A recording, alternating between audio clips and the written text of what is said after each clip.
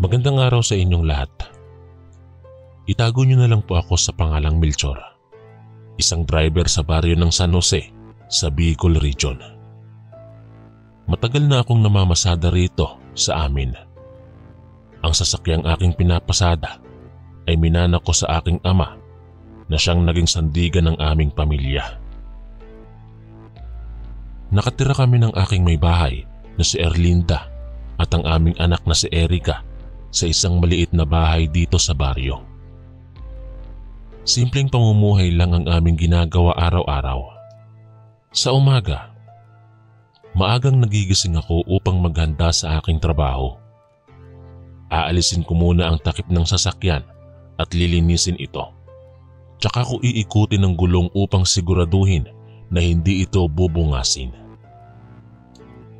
Tinitignan ko rin ang kondisyon ng makina at battery bago isakay ang aking mga gamit tulad ng payong, tubig at merienda. Kapag tapos na ang lahat ng paghahanda, haharap ako sa aming munting altar at magdadasal sandali. Hahalik-halikan ko ang aking mag-ina bago umalis. Pagkatapos nun ay nasa daan na ako, nag-aabang ng mga pasaherong isasakay. Karaniwan, tahimik lang ang aming baryo sa umaga. Mag-aalas 7 pa lang kasi, kaya konti pa lang ang tao sa labas. Paulit-ulit akong dadaan sa bayan, magmumula sa simbahan hanggang sa terminal sa palengke. Minsan may sumasakay na nag-aayos pa lang ng kanilang mga paninda. Mayroon din namang mga estudyante na maagang pumapasok. Kapag wala nang naisasakay, doon lang ako tumatambay sa terminal kasama ng iba pang mga driver. Nagkukwentuhan kami habang hinihintay ang mga susunod na pasahero. Pinag-uusapan namin ang tungkol sa pamilya, sa politika, at iba pang mga bagay-bagay. Kapag may dumating na bagong balita tulad ng aksidente o krimen, napagchichismisan din namin yon. Sa tanghali naman, dumadagdag ang mga pasahero, lalo na kapag rush hour, pagkatapos ng klase o trabaho. Maraming estudyante ang umuuwi ng bahay, samantalang patungo naman sa palengke ang iba para mamili ng mga sangkap sa hapunan. Dito na kumikita ng maayos sa mga driver dahil sabay-sabay ang biyahe ng mga tao.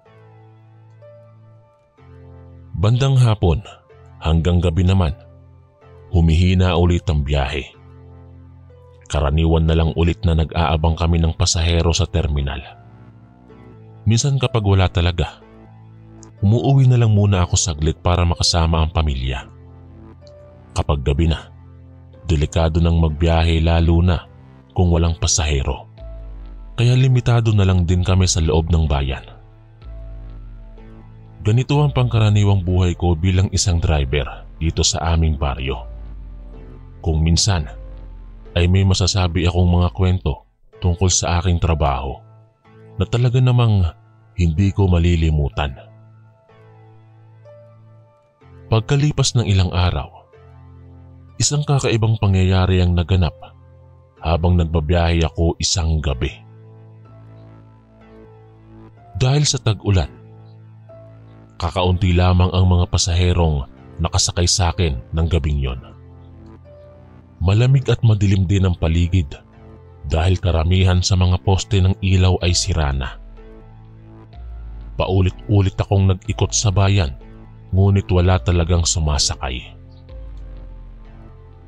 Sa huli, napagdesisyonan kong bumalik na lang muna sa amin. Mas mainam na makasama ko muna ang pamilya kaysa magpatuloy sa walang kwenta kong pag-iikot. Ngunit bago pa man ako makaalis ng bayan, may biglang lumapit sa akin habang naghihintay sa isang kanto. Isang lalaking nakasuot ng itim na jacket ang kumaway sa akin. Kahit medyo malayo at madilim, kita kong hawak niya ang kanyang tiyan. nang umangat siya sa aking sasakyan. Akala ko'y nasaktan lang, kaya agad ko siyang pinasakay. Pero pagkasakay niya, tsaka ko lang napansin ang matinding amoy ng nasira at nabubulok na karne na gumagapang sa loob ng sasakyan. Napailing na lang ako at agad na pinatakbo papalayo sa bayan.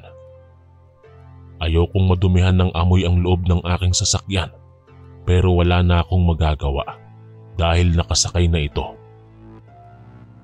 Matagal ding hindi siya nagsasalita kahit itinatanong ko kung saan siya pupunta. Tanging sige lang, tuloy lang ang paulit-ulit niyang sinasabi. Lumiko kami sa daang napakalayo sa bayan, sa direksyong hindi ko pa napupuntahan. Dito talagang liblib at disyerto ang paligid. Walang tao o bahay na makikita. Paulit-ulit kong tinanong kung saan niya gustong bumaba, ngunit wala siyang matinong sagot. Nang marating namin ang dulo ng daan, doon lang siya nagpahinto at bumaba. Inabutan niya ako ng 500 piso bilang pambayad. Sobrang laki para sa biyaheng yon. Pero bago pa man ako makaalis, bigla niya akong hinawakan at sinabihang huwag munang umalis. Doon ko lang napagtantong hindi siya ordinaryong tao. Ang mga mata niya, pulang-pula na animoy nagniningas sa dilim ng gabi. May matatalas na pangil din siya na nakausli sa kanyang bibig. Ang boses niya, garalgal na para bang nagmumula sa impyerno. Kinilabutan ako nang sabihin niyang aswang siya. At kung iiwan ko siyang nasugatan sa daan, hinding-hindi niya ako pakakawalan. Babalikan daw niya ako kasama ang aking pamilya para gantihan. Sa takot, pumayag akong ihatid siya pabalik sa bayan. Matagal kong pinag-isipan habang bumibiyahe kung tama ba ang aking ginawa. Ngunit naisip ko rin na baka nga naman mabuti siyang nilalang kahit aswang siya. Sinunod ko na lamang ang kalooban ng Panginoon na tulungan ang nangangailangan. Nang makauwi, agad kong kinuwento sa aking asawa ang lahat. Siyempre, natakot din siya, pero pinayuhan niya akong wag nang mag-alala. Ang mahalaga raw ay ligtas akong nakauwi at walang nasaktan. Mas mainam daw na maging bukas ang isip ko sa mga gaya niyang nilalang, na marahil ay mabuti rin naman ang kalooban kahit kaiba sila sa atin. Kaya naman kahit natatakot, unti-unti kong tinanggap na mayroong iba't ibang uri ng nilalang dito sa mundo. Ang mahalaga ay manatiling bukas ang puso sa kapwa, lalo na sa mga nangangailangan. Ito marahil ang aral na nais ipaabot sa akin ng Panginoon sa pamamagitan ng misteryosong pasaherong iyon. Pagkaraan ng aking kakaibang karanasan, unti-unti ko nang binago ang aking gawi sa trabaho. Hindi na ako nagbibiyahe ng madilim at tumatanggi na sa mga pasaherong gustong magpunta sa mga liblib na lugar. Mas pinipili ko na lang huminto ng maaga at makauwi agad sa aking pamilya.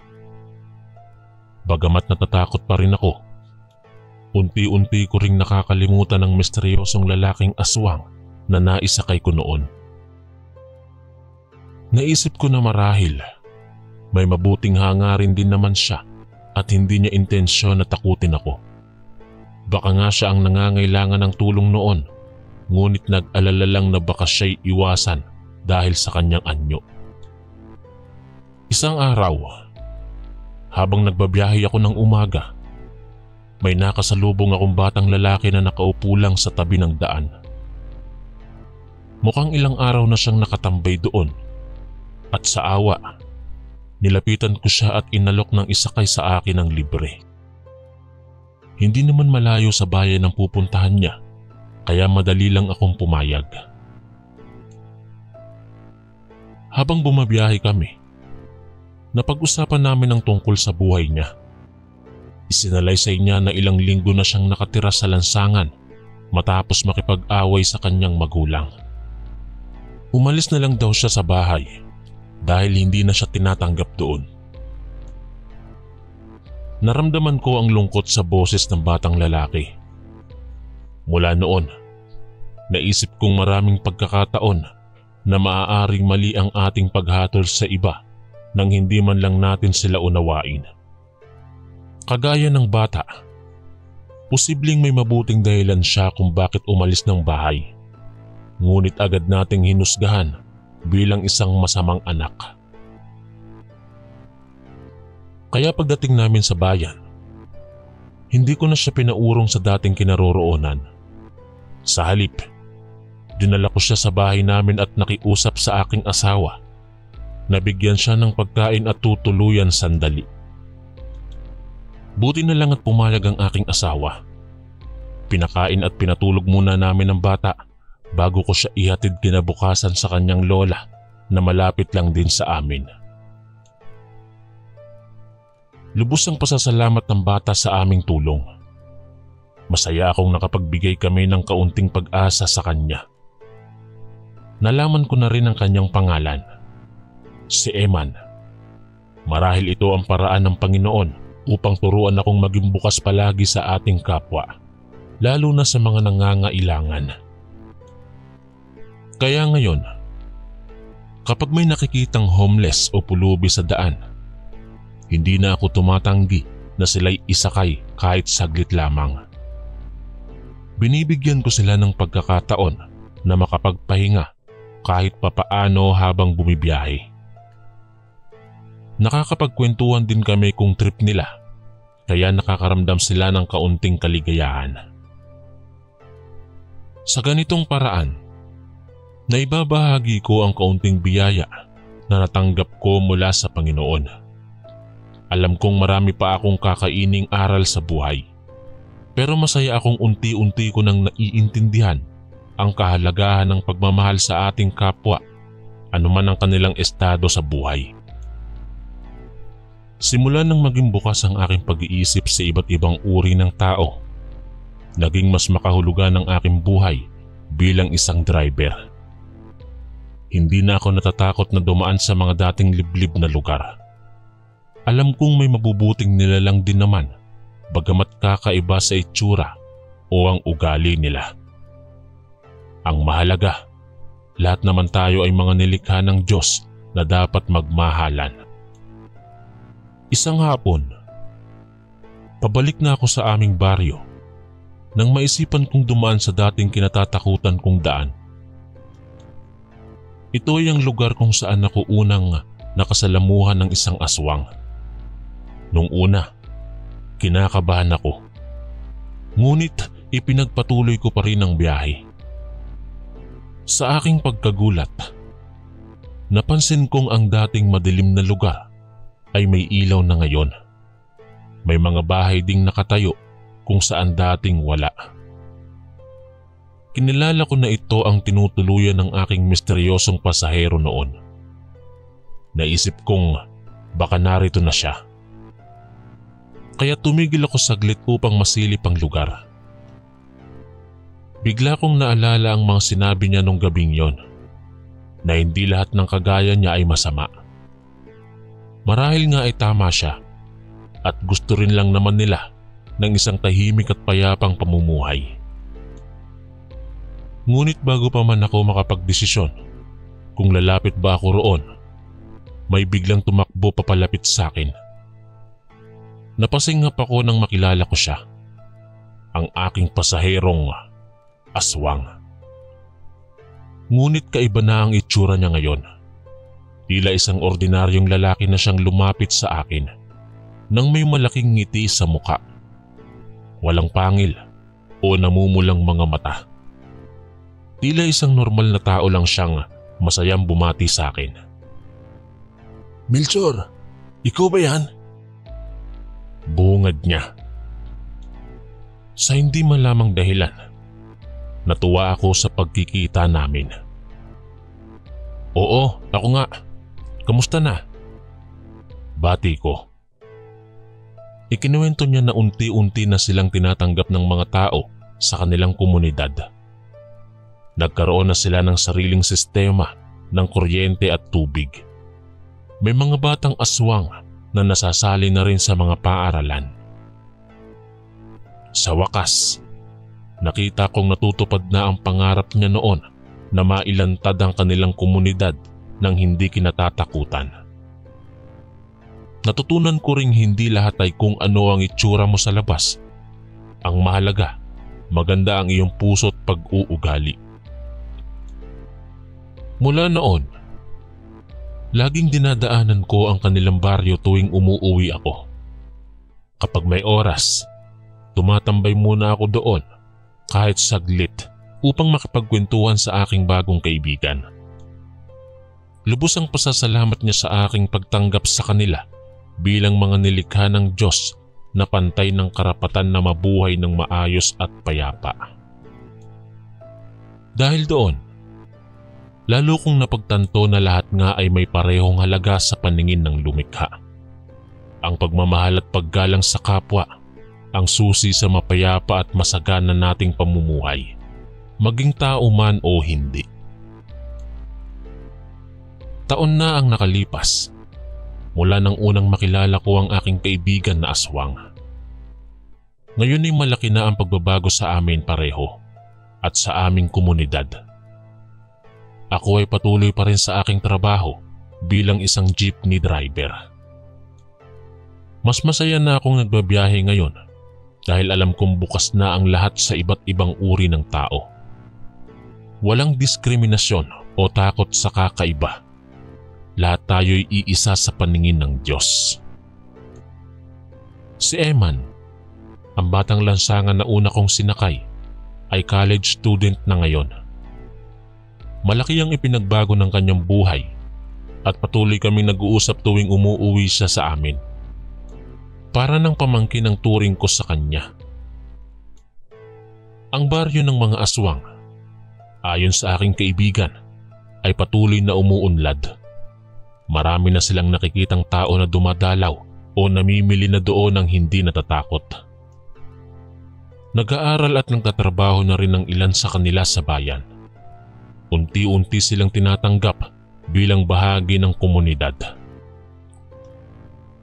Kahit pa marami ang pagsubok at pasakit na dumating, patuloy kong tinataguyod ang aking pananaw na lahat ay may karapatang mabuhay ng payapa at pantay-pantay. Ipinagmamalaki kong naging bahagi ako ng pagbabago sa aming maliit na bayan. Ngayon, habang patuloy akong nagbabiyahe araw-araw, masaya akong nakikita ang resulta ng aking munting pagsisikap. Bawat ngiti o kaway ng aking mga pasahero, nagsisilbing inspirasyon na magpapatuloy sa landas ng pagmamahal at katarungan. Sa huli, ang lahat ng pagsubok at sakripisyo ay magiging kapaki-pakinabang. Ang mahalaga, manatiling bukas ang puso't isipan sa iba't ibang uri ng tao. Doon tayo matututo at magiging mabuting halimbawa sa ating kapwa. Ipagpatuloy lamang natin ang pagmamahal at sa ganitong paraan, magkakaroon ng tunay na kapayapaan at kaunlaran, hindi lamang sa ating bayan, kundi sa buong mundo. Hanggang dyan po mga kaistorya ang aking kwento. Ako po si Melchor, ang inyong kaistorya. Isang mapagpalang araw po Kuya Chris. Tawagin niyo na lang po ako sa pangalang Bitoy. Isang ordinaryong tao at residente ng Bicol. Simple lang ang buhay ko rito sa aming bayan na tahimik at payapa.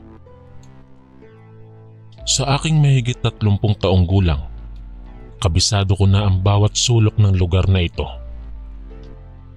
Dito ako ipinanganak at lumaki sa piling ng aking mga magulang. Mahirap man ang buhay, busog naman ang tiyan dahil sa biyaya ng dagat. Nag-iisa akong anak at kahit paano'y napag-aral ako ng mga magulang ko hanggang high school. Pagkatapos kong makatapos, naisip kong humanap ng trabaho upang makatulong sa pamilya.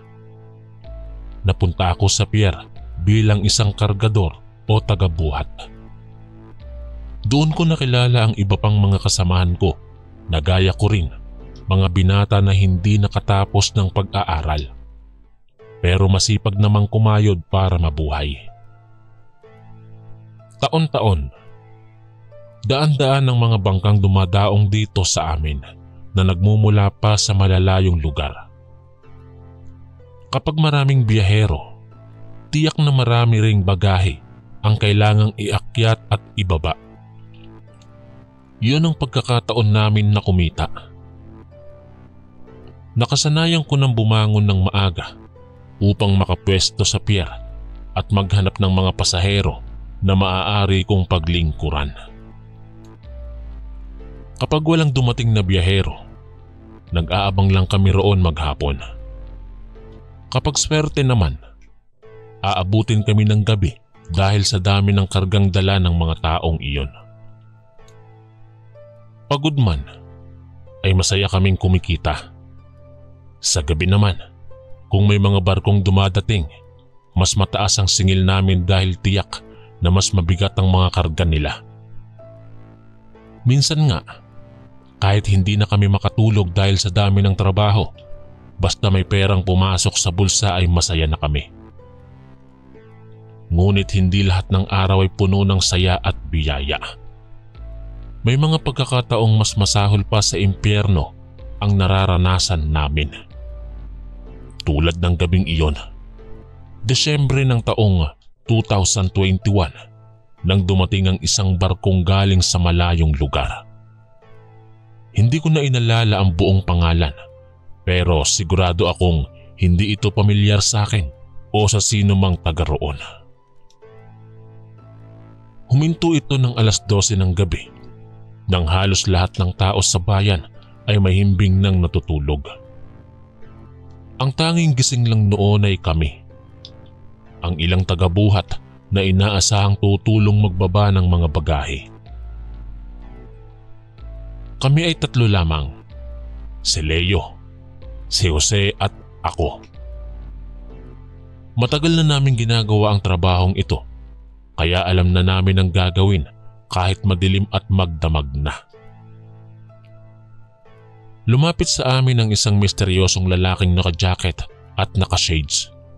Mukhang dayuhan ito dahil hindi ko maiugnay ang kanyang itsura sa sino mang kakilala ko rito. Tinanong niya kami kung pwede ba naming tulungan siyang magbaba ng mga bagahe sa kanilang sasakyan. Tumango kami at pumayag dahil malaki ang kikitain namin. Pagpasok namin sa loob ng barko, bumungad sa amin ang matinding amoy na parabang may nabubulok na karne doon. May mga balding puno ng dugo at tuyong lamang loob. Kadiri. Ngunit dahil sa pangako ng malaking halaga, ipinagpatuloy pa rin namin ang trabaho. Dahan-dahan naming inilipat ang mga mabibigat na balde palabas ng barko, patawid sa troso hanggang sa maiakyat sa truck sa labas ng pier. Ngunit habang papalapit si Leo sa truck, bigla siyang natapilok. Bumagsak ang hawak niyang balde at sumabog ang laman nito. Doon ko lang napagtanto na hindi pala karne ng hayop ang mga nilalaman ng balde. Ito pala ay mga bahagi ng katawan ng tao. Napakaraming dugo at bahagi ng kamay at paa ang tumambad sa sahig. Sa gulat ko, bigla kong napansin na papalapit na sa amin ang misteryosong lalaki. Ngunit ngayon, nakita ko na ang tunay niyang anyo. Isang halimaw. Isang aswang. Pagkakita ko sa tunay na anyo ng lalaking iyon, para akong nanigas sa takot. Ang mga mata niya ay kulay pula, puno ng galit at gutom. Ang bibig niya ay puno ng matatalas na ngiping handang lamunin ang sino mang malapit sa kanya. Ang buhok niya, mahaba at marumi, tumatakip sa kanyang mukha na nagbibigay ng mas nakakatakot na itsura. Hindi na siya yung taong kanina lang. Ngayon ay isa na siyang nilalang mula sa pinakamadilim na sulok ng impyerno. Isa siyang ganid at mabagsik na halimaw na handang pumatay para makaagaw ng buhay. Sa isang iglap lamang, nasa tabi na niya si Leo. Tila wala siyang habas na sinaksak ang matatalas niyang ngipin sa leeg ng kaibigan ko. Sumalimbay sa ere ang napakaraming dugo galing sa sugat. Sumisigaw si Leo sa sobrang sakit, ngunit wala siyang magawa. Pinilit pa rin niyang kumawala, pero lalo lang lumalalim ang kapit ng halimaw. Sa pagkakaalam ko, kapag nakagat ka ng ganitong uri ng nilalang, wala ka ng pag-asa. Ipaglalaban mo man, tiyak na sa kanya ka pa rin magwawakas. Tumakbo pa si Leo palayo, pero dahil sa dami ng nawala niyang dugo, hindi na niya kinaya. Bumagsak siya sa sementadong sahig at halos wala ng buhay. Gusto pa sana siyang salakayin ulit ng halimaw, pero huli na ang lahat. Walang anumang galaw o tunog ang lumabas mula sa katawan ni Leo. Patay na siya. Nilingon ako ng aswang. Nakatingin sa akin na para bang pinag-iisipan kung ako ang isusunod niyang babantayan. Ngunit bago pa man niya ako masalakay, bigla niyang itinuon ng pansin sa natitirang kasama ko.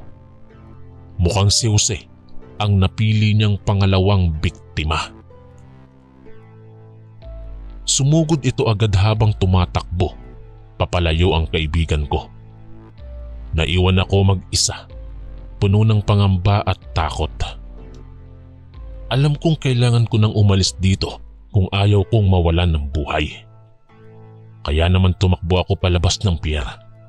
Hindi tumitingin at paurong o humihinto man lang. Patuloy lang ang aking pagtakbo hanggang sa makarating sa aming tahanan. Pumasok ako kaagad at isinara ang lahat ng pinto at bintana. Kinuha ko ang lahat ng bagay na makakapangalaga sa akin, gaya ng krus, rosaryo, kampana, kandila at banal na tubig. Inihanda ko ang aking sarili sakaling bumalik pa ang halimaw na iyon upang ako'y saktan. Buong magdamag akong gising at nag-iingat. Lagi kong tinitignan ng paligid kung may makikita akong kakaibang galaw o tunog. Patuloy ang kabang nararamdaman ko na para bang anumang oras ay maaaring may pumasok na sa bahay at biglang kumitil ng aking buhay. Hindi ako nakatulog kahit na anong gawin ko. Naisip ko pa nga noon na baka panaginip lang ito. Nasana'y pagmulat ko ng mata. Wala sa lahat ng ito ang nangyari. Ngunit sa bawat paggising ko, naaalala kong lahat ng iyon ay totoo. Kinabukasan, pumunta ako sa pier upang alamin kung anong nangyari pagkatapos kong tumakas. Doon ko nakita ang mga labi ng aking mga kaibigan. Walang buhay sina Leo at Jose. Ang mga katawan nila, puno ng gasgas at sugat mula ulo hanggang paa. Lumapit sa akin ang gwardya at ikinuwento ang nangyari. Narinig daw niya ang mga hiyaw namin kaya lumabas siya upang tingnan. Doon niya nakita ang halimaw na kinakain ng mga labi ng aking mga kasamahan. Agad siyang nagpaputok ng baril sa direksyon nito. Ngunit mabilis itong nakatakas papalayo. Naiwan lang ang mga labi ng mga biktima nito bilang ebidensya sa krimeng naganap. Dumating din ang mga pulis at kinuhanan kami ng salaysay tungkol sa nangyari. Ngunit hanggang ngayon, hindi pa rin nahuhuli o napapanagot ang salarin. Parang bigla na lang itong nawala matapos ang gabing yon. Kahit ilang taon na ang lumipas, hindi ko pa rin makakalimutan ang takot at pangamba sa gabing yon. Minsan naaalala ko pa rin ang mukha ng halimaw at ang pagkawala ng buhay ng aking mga kaibigan. Kahit lumipat na ako ng tirahan at nagsimula ng bagong buhay, hindi pa rin nawawala ang alaala ng nakaraan. Minsan, sa pagtupad ng aking mga gawain araw-araw, bigla ko itong naaalala. Bigla kong mararamdaman ng takot na tila ba'y bumalik sa nakaraan. Ngunit patuloy lang akong lumalaban. Alam kong hindi magbabago ang nakaraan, pero kailangan kong harapin ang kinabukasan ng may pag-asa at pananampalataya. Dahil kung mananatili lang ako sa nakaraan, hindi ako magkakaroon ng hinaharap. Kaya magpapatuloy ang buhay at dadalhin ko ang alaala ng nakaraan bilang babala ng mga bagay na maaaring mangyari kung sakaling makasalamuha ko muli ang ganitong uri ng nilalang. Dumaan ng ilang araw matapos ang nakakatakot na karanasan ko sa pier kasama ang halimaw.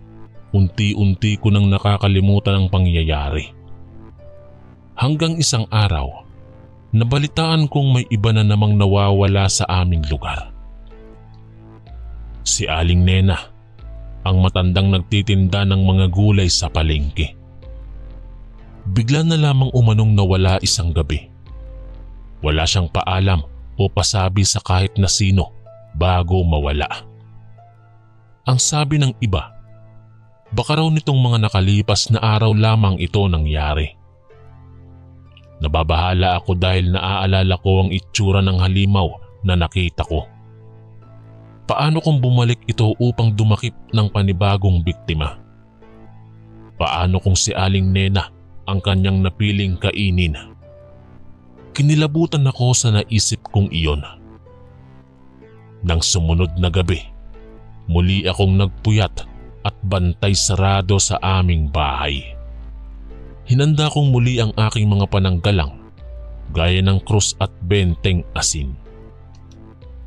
Taimtim kong ipinagdasal na sana'y ligtas ang lahat. Bigla akong nagising nang may marinig na malakas na kalabog sa labas. Para bang may dumapa o bumagsak na malaki at mabigat na bagay. Dahan-dahang tumayo ako at lumapit sa bintana upang tingnan kung ano yon. Sa liwanag ng buwan, nakita kong nakandusay sa lupa ang isang malaking nilalang. Mukhang isang hayop ito, ngunit may kakaibang anyo. May mahaba itong buntot na kulay itim at nakatayo ang balahibo nito. Ang ulo nito ay hugis ulo ng tao, ngunit may matatalas na pangil at matitingkad na tenga. Nang marinig nitong bumukas ang pintuan ko, dali-daling tumakbo ito papalayo hanggang mawala sa paningin ko. Muling kumulo ang takot sa dibdib ko. Posible bang nagbalik ito upang humanap ng bagong makakain? Kinabukasan, may nagbalita sa akin tungkol kay Aling Nena.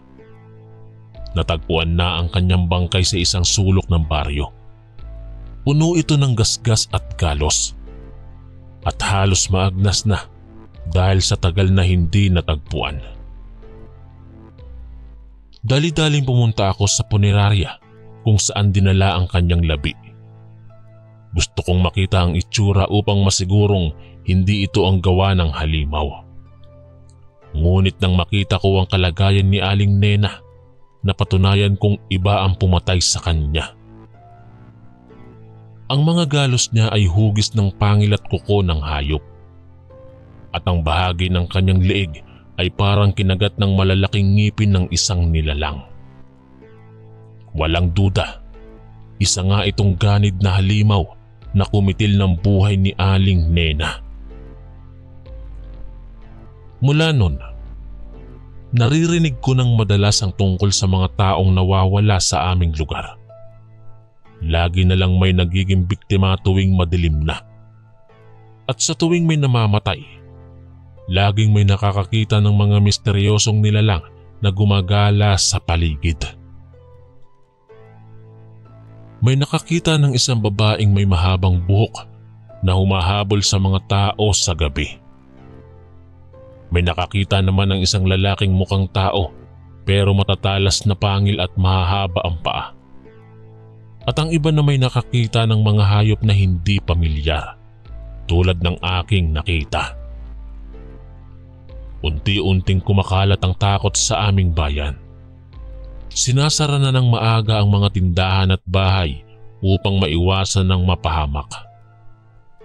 Patay sinding nag-iingat ang lahat kapag gabi na. Walang gustong maging susunod na biktima.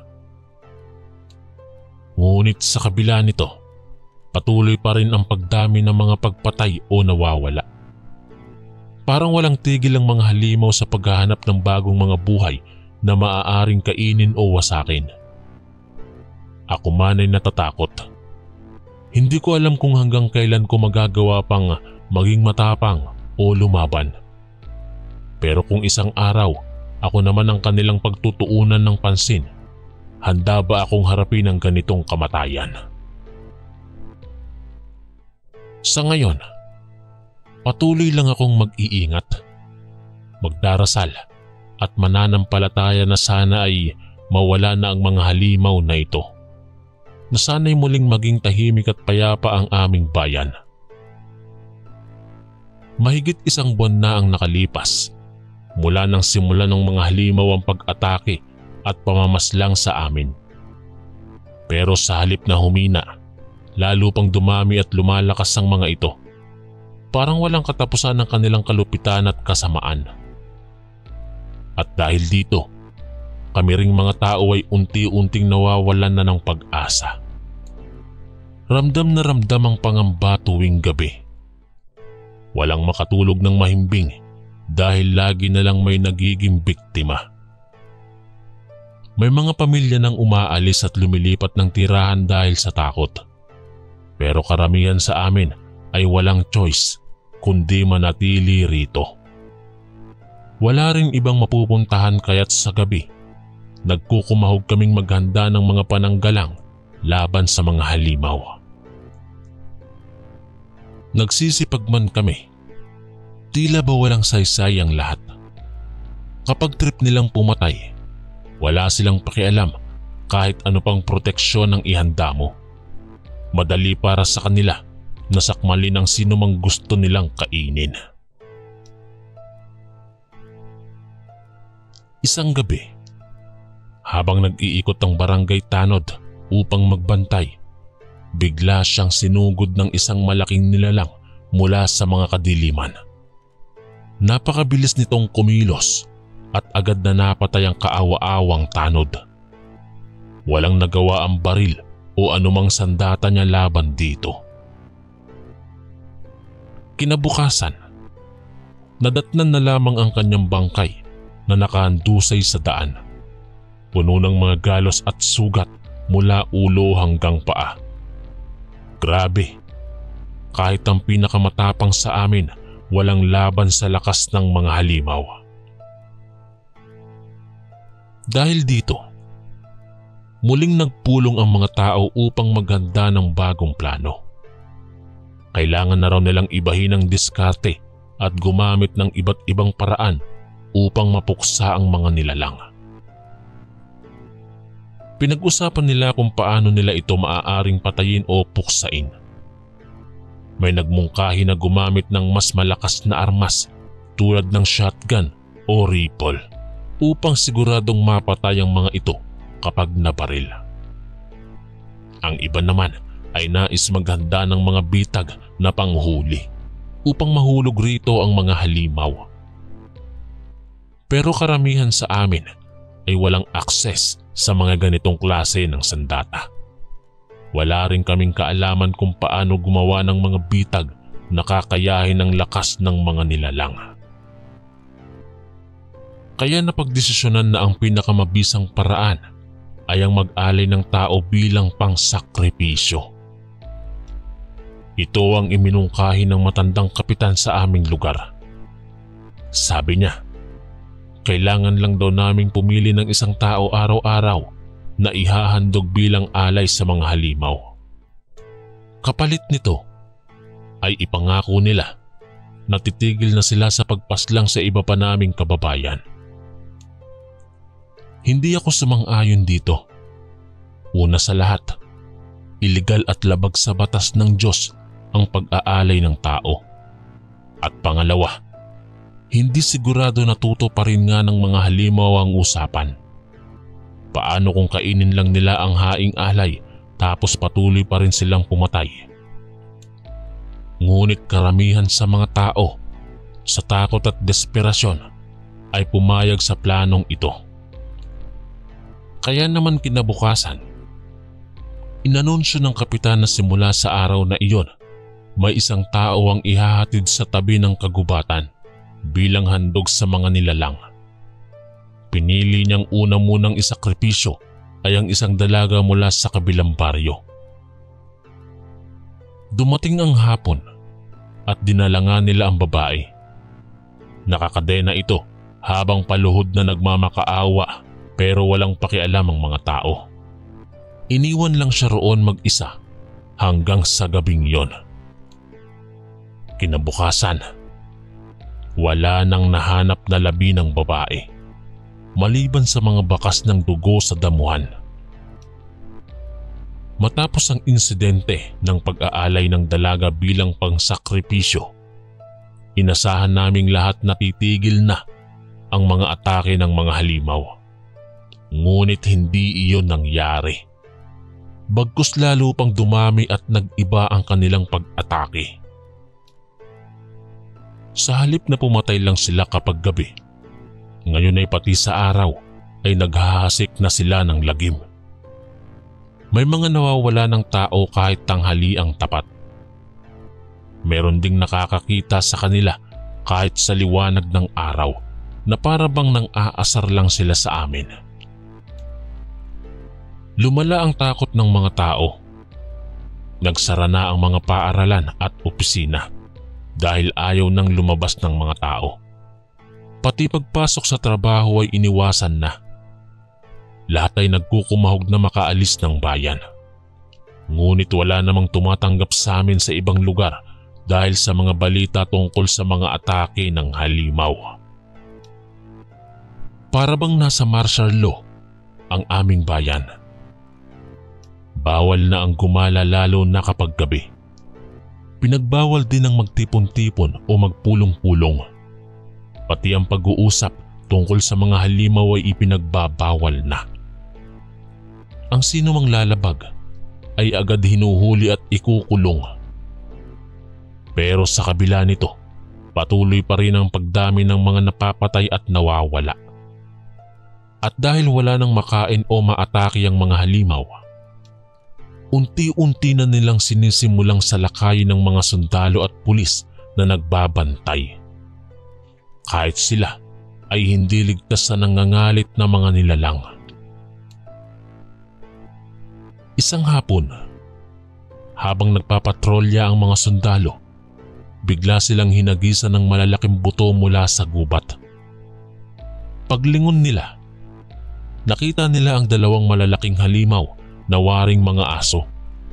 Ngunit may tindig at kakayahang kumilos ng isang tao. Nabaril nila ito ng maraming beses, ngunit parang walang epekto sa mga nilalang. Sa halip, lalo lang silang ginanahan na atakihin ng mga sundalo. Isinugod nila ang mga ulo nila at ipinagahampas ang malalaking paa na may matatalas na kuko. Dalawa sa mga sundalo ang agad na nasugatan ng malubha. Napilitan silang umatras at bumalik sa bayan. Nang gabing yon, nagtipon ng mga matatanda upang mag-usap. Aminado silang mali ang desisyon nilang mag-alay ng tao. Sa halip na mapayapa ang mga nilalang, lalo pa silang naging ganid at masiba. Kaya't kailangan nilang maghanap ng ibang solusyon. Iminungkahi ng iba na simulan na ang paghahanda para sa evacuation. Kailangang iwan na namin ang bayan at humanap ng lugar na ligtas sa mga halimaw. Ngunit karamihan ay tumutol dito dahil wala naman silang ibang matatakbuhan. Sa huli, naisipan nilang humingi ng tulong sa simbahan.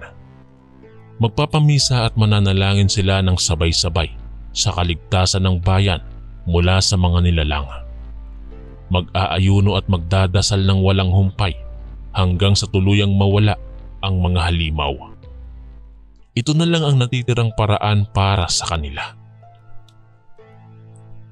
Kinabukasan, dumalaw ang halos buong bayan sa misa. Matapos ito, ay nagprosesyon sila at nagdasal sa plaza ng bayan. Sa mga sumunod na araw, nagpatuloy ang mga pagtitipon at pagdadasal hanggang sa magdilim. Ngunit sa ikatlong gabi ng kanilang pagdarasal, biglang may sumugod na halimaw at kinagat ang isang matandang lalaki. Dumami pa ang mga nagpakita at nagsimulang manakit at pumatay ng tao. Lalong kumalat ang takot at kaguluhan. Ang inaasahang magiging daan tungo sa kaligtasan ay naging sanhi pa ng karagdagang kamatayan. Sa kabila ng lahat ng pagsisikap at paraan ng mga tao upang labanan ng mga halimaw, wala pa rin silang nakitang solusyon para tuluyang mapuksa ang mga ito. Patuloy lang ang pagdami at paglakas ng mga nilalang. Tila ba lalo silang naliligayahan sa tuwing may nadadakip o napapatay na tao. Walang kamatayan o sakripisyo ang sapat upang mapagbigyan ng kanilang kasipaan. Dahil dito, unti-unting nawalan ng pag-asa ang mga tao. Isa-isa na silang iniwan ng bayan. Naghanap ng mapupuntahan kung saan ligtas sila mula sa mga halimaw. Ngunit karamihan ay walang imik na tinanggap ang kapalaran nilang mamatay sa kamay ng mga nilalang. Naaalala ko ang mga mukha ng aking mga kapitbahay, kaibigan at maging kamag-anak na unti-unting nawala at namatay sa bayan na ito. Ako na lang mag-isa ang natitira sa aming baryo. Lahat ng minamahal ko ay nawala na. Natatakot din ako pero wala na akong lakas pang tumakas o lumaban. Hihintayin ko na lang dito ang aking kamatayan. Ngunit hindi ko inaasahan na babalikan nila ako para iligtas. Mabilis naming nilisan ng baryo para makamit ang kaligtasan ng bawat isa. Simula nang umalis kami sa baryong yon, hindi na namin alam kung ano na ang sitwasyon sa nasabing baryo magpahanggang sa ngayon. Hindi na rin namin ninais pa na bumalik sa baryong yon kailanman. Hanggang dito na lang po ang aking kwento, Kuya Chris. Maraming salamat po sa pagbasa nito. Ang inyong kaistorya, Bitoy. Kamusta po kayong lahat mga kaistorya? Ako po si Martin. Hindi ko po tunay na pangalan. 37 taong gulang na, may asawa at 2 supling. Kami ay naninirahan sa lungsod ng Maynila. Ngunit dahil sa trabaho ko bilang kusinero sa isang restaurant, madalas akong lumuluwas sa iba't ibang lugar. Nung nakaraang linggo, habang abala sa pagluluto ng hapunan para sa mga customer, bigla akong nakatanggap ng text mula sa aking matalik na kaibigan nung high school na si Ray. 15 taon na rin nung huli naming pagkikita at hindi ko inaasahan na magkakaugnayan pa namin ang isa't isa. Inimbitahan niya ako sa kanyang baryo sa Cotabato upang dumalo sa binyag ng kanyang panganay na anak. Sa kabila ng maghapong pagod sa trabaho, Naalala kong pumayag nga pala ako nang huli kaming magsalo ng alak ni Ray. Kaya't bagamat nalulunod sa gawaing bahay at walang oras para sa mahabang biyahe, naisip kong panindigan ang pangako at samahan siya sa espesyal na okasyon. Kinabukasan, maaga pa lamang ay sumakay na ako ng bus patungong Cotabato. Matagal-tagal na rin nung huli akong nakaluwas sa ganitong kalayo, kaya natutuwa ako sa magiging biyahe. Tahimik lang ang buong biyahe, marahil dahil madaling araw pa lamang nang umalis ang bus. Naaliw ako sa magagandang tanawin sa labas ng bintana habang unti-unting lumalayo sa syudad. Pagdating sa bayan ng Cotabato, sumakay ako ng tricycle papunta sa baryo kung saan nakatira si Ray at ang kanyang pamilya. Sinundan ko ang direksyon na ibinigay niya sa text. Pagbaba ko sa huling kanto, naglakad na ako ng ilang minuto hanggang makita ang kanilang tahanan. Masaya akong bumati sa aking matalik na kaibigan na halos hindi ko na makilala dahil sa tagal ng hindi pagkikita. Napakasaya ng kanyang pamilya sa aking pagdating. Lalo na ang kanyang asawa na si Ninita, na madamdaming nagpasalamat sa aking pagsisikap na dumalo. Pagkatapos naming magkamustahan at makapagkwentuhan tungkol sa naging buhay namin sa nakalipas na panahon, inanyayahan kami ni Ray na pumaroon na sa simbahan dahil malapit na ang naka-schedule na oras ng binyag. Ang simbahan ay hindi kalayuan mula sa kanilang bahay. Isang maliit ngunit makulay na gusaling bato na may matangkad na kampanaryo sa harapan. Sa loob nito ay makikitang maraming rebulto ng santo at angel na nakapaligid sa altar. Bagamat maliit lamang ito, mainit at buo ang samahan ng mga parokyano rito. Dumating kami sa simbahan na may ilang minuto pang natitira bago magsimula ang seremonya. Agad kaming pumesto sa nakalaan naming upuan sa harapan malapit sa altar. Samantala, pinagmasdan ko ang mga taong dumadagsa upang makisaksi sa espesyal na pagdiriwang. Karamihan sa kanila ay mga kamag-anak at malalapit na kaibigan ng mag-anak. Maya-maya pa ay nagsimula na ang binyag. Pinalabas ng ninong at ninang ang batang lalaki na makikinita ang saya sa mukha.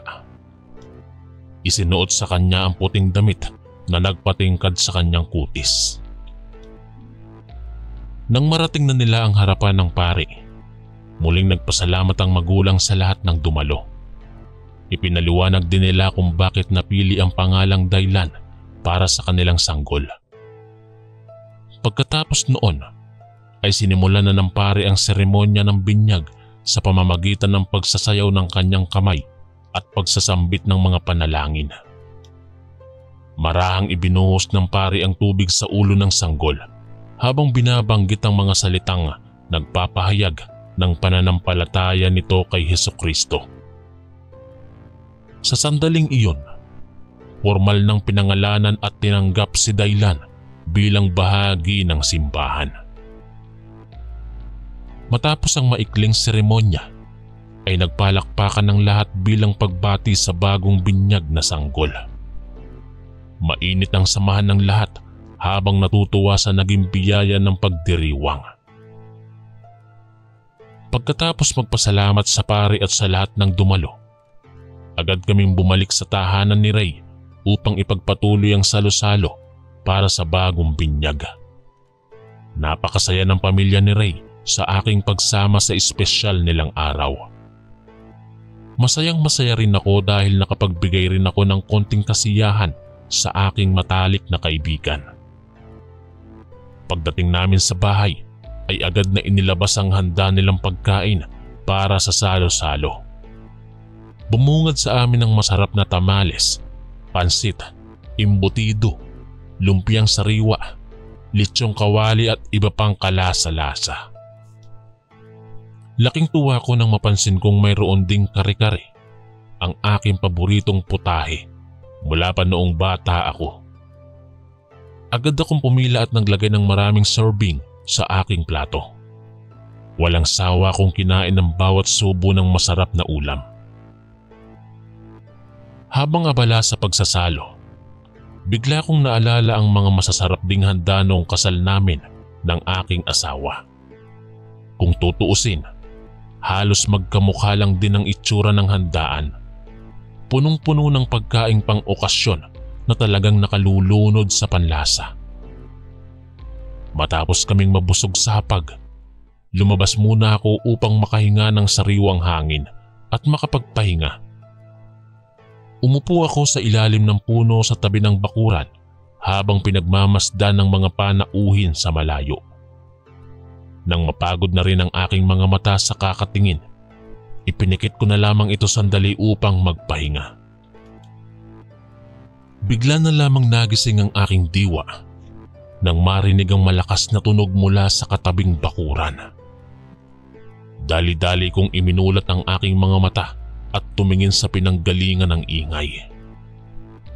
Doon ko napansin ang 3 lalaking walang suot na pang-itaas at abala sa paghihiwa ng isang malaking manok sa ibabaw ng mesa.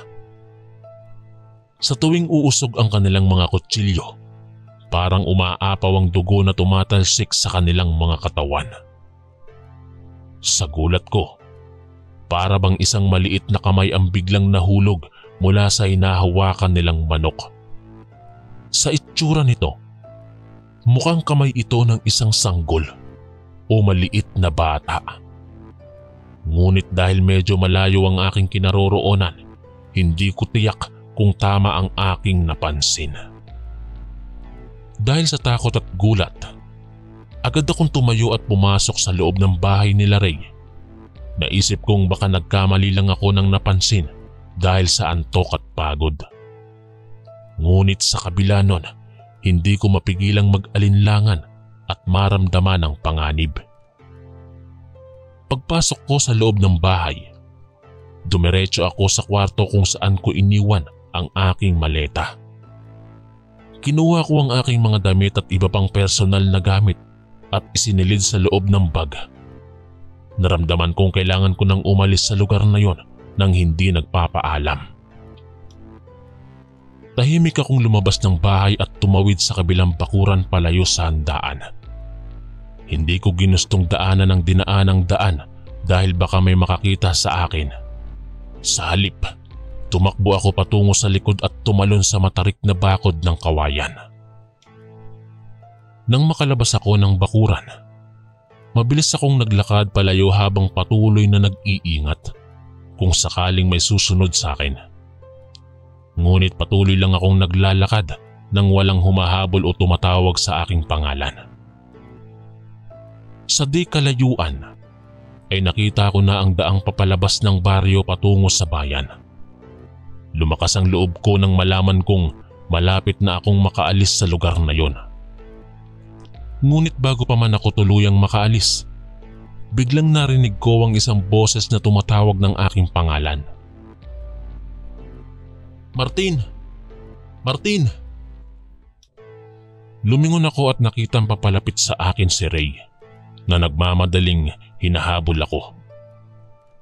Napatigil ako sa paglalakad at hinihintay siyang makahabol. "Bakit ka aalis? May problema ba?" Tanong ni Ray nang makalapit siya sa akin. Sa gulat at takot, hindi ako agad nakasagot. Tiningnan ko siya ng matagal at nag-aalinlangan kung dapat ko bang sabihin ang nakita ko at ang dahilan ng aking biglaang pag-alis.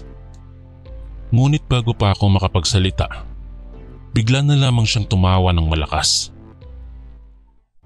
"Alam ko na kung bakit ka umalis. Nakita mo siguro yung mga pinsan kong hinuhuli at tinutugis yung mga unggoy, no? Huwag kang mag-alala, hindi yung kami ng sanggol. Karne lang yun ng unggoy na madalas nilang ulam." Sa pagtatapos ng kanyang paliwanag, nakahinga ako ng maluwag. Nabunutan ako ng tinik sa dibdib nang malaman ko na nagkamali lang pala ako ng akala.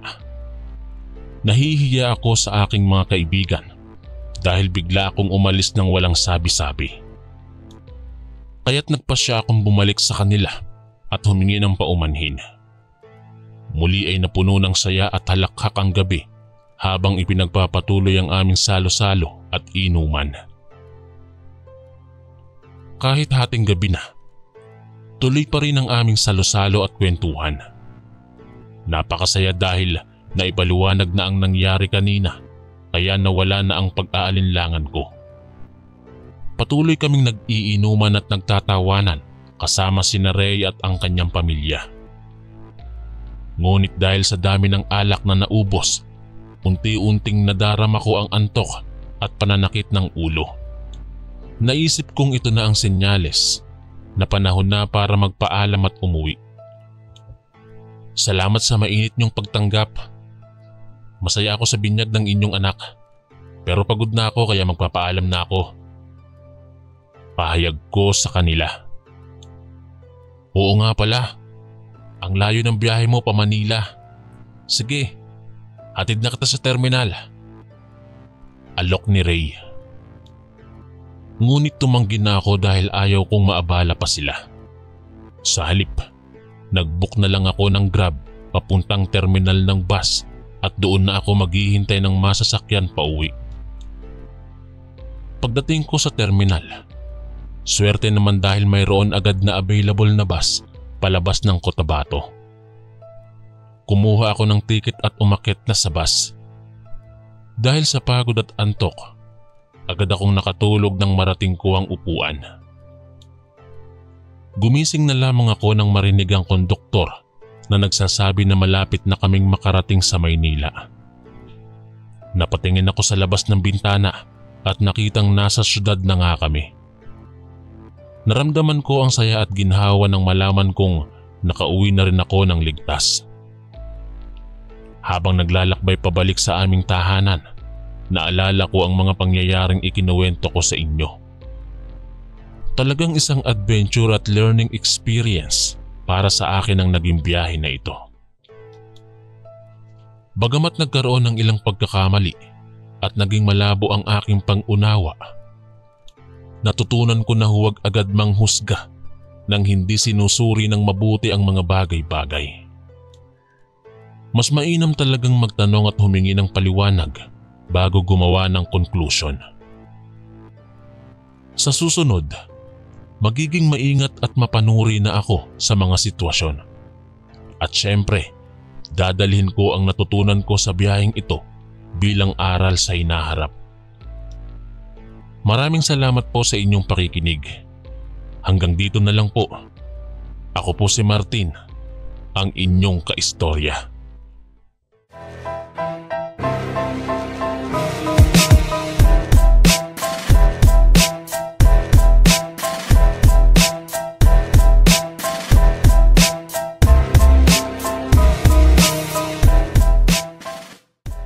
Maraming salamat po mga kaistorya sa pakikinig.